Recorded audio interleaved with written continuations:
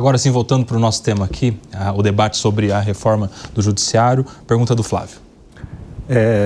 Quanto a esse tema, eu gostaria de trazer o assunto sobre a igualdade racial no Judiciário, né? A OAB de São Paulo vai ter a oportunidade agora de fazer indicações para 3 vagas no Tribunal de Justiça de São Paulo. E a nossa colega Ana Gabriela Oliveira Lima fez uma reportagem que trouxe a informação de que o movimento negro está pleiteando que a OAB entregue uma das listas com indicações somente com advogadas e advogados negros, para que necessariamente uma dessas 3 vagas seja ocupada por um advogado ou uma advogada negra. Eu gostaria de saber, doutor Sica, qual é a posição da OAB em relação a esse pleito do movimento negro? Vamos lá, muito bom, Flávio, né? Mais uma vez, para que o telespectador entenda, né? O 5º constitucional é a norma que garante que 1/5 das vagas nos tribunais sejam ocupados por indicados pela OAB ou indicados pelo Ministério Público. Como isso funciona? A OAB elege uma lista de 6, uma lista sexta, entrega 6 nomes para o tribunal. O tribunal escolhe 3 e desses 3 o governador nomeia um governador, nomeia um desembargador, né? A OAB de São Paulo foi pioneira, é a primeira OAB do país que instituiu na lista sexta a paridade de gênero e equidade racial. Então toda a lista de 6 votada pela OAB de São Paulo tem 3 homens, 3 mulheres e 2 pessoas negras, né? Então isso é inédito. Isso nunca houve antes, né? Alguns outros estados começaram a nos copiar depois, felizmente, né? Ações afirmativas são para ser realmente espraiadas. E nós entendemos, né, que a melhor maneira da gente garantir diversidade, pluralidade, é manter e investir nessa regra que é recente.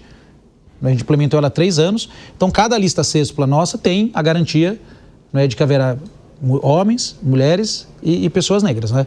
A gente recebeu esse pleito do movimento negro de fazer listas só com pessoas negras, né? A gente avaliou que não seria o caso, até porque as listas têm garantia a participação de todos os candidatos e candidatas.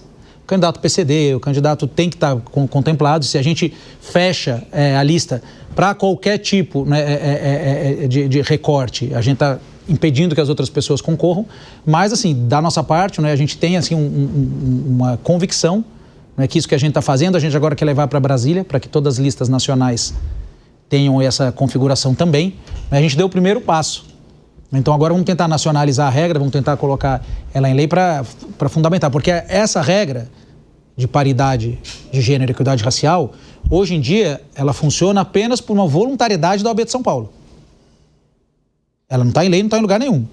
Ela está aqui porque teve uma gestão da presidente Patrícia Vanzolini que pôs a lei, e eu tive a oportunidade, pôs a norma, e eu tive a oportunidade de sucedê-la mantendo a regra.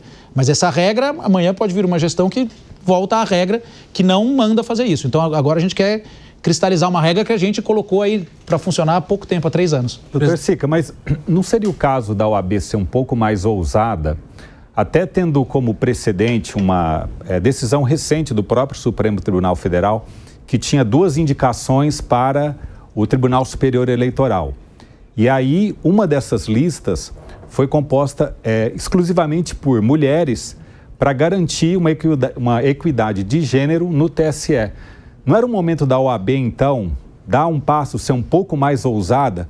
Porque, por exemplo, aqui no estado de São Paulo, a gente tem menos de 2% do Tribunal de Justiça composto por negros, né? E a nossa população estadual é de 41% de negros, né? Então, não seria a chance da OAB tentar compensar essa grande disparidade? Ô, presidente, então, a gente foi... Não, mas esse exemplo do TSE, o TSE fez uma lista com 6 homens e uma lista com 6 mulheres.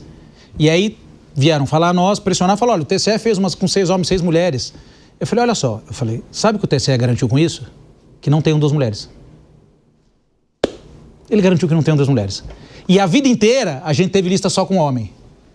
E o TSE fez um movimento parecendo inclusivo, que é exclusivo. O que o TSE fez foi garantir um homem. Por quê? Veja bem, na última gestão, a gestão da presidente Patrícia, nós enviamos 5 listas para o Tribunal de Justiça de São Paulo. 5 listas. Foram nomeadas 4 mulheres. Exato. Se a gente fosse usar a regra do TSE, não ia ter 4 mulheres.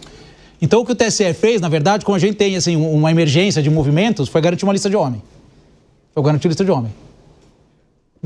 A gente teve a vida inteira listas só de homem.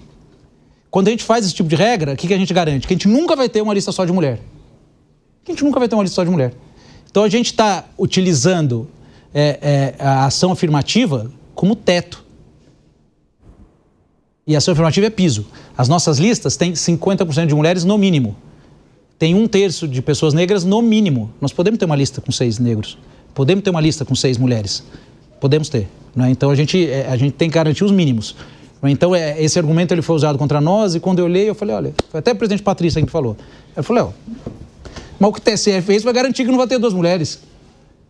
Presidente, eu quero até aproveitar essa oportunidade. A gente quer concorrer em todas. É uma pauta muito interessante que o Flávio traz. Eu gostaria de entender como a OAB tem se comportado em relação à pauta da igualdade racial nessa segunda gestão, né? Na que você esteve como vice-presidente, com a Patrícia Vanzolini, mulher, presidente, e agora nesse seu primeiro ano aí que se aproxima de gestão. O que já foi feito em relação à inclusão da advocacia negra dentro do universo da OAB? Acho que é uma oportunidade importante.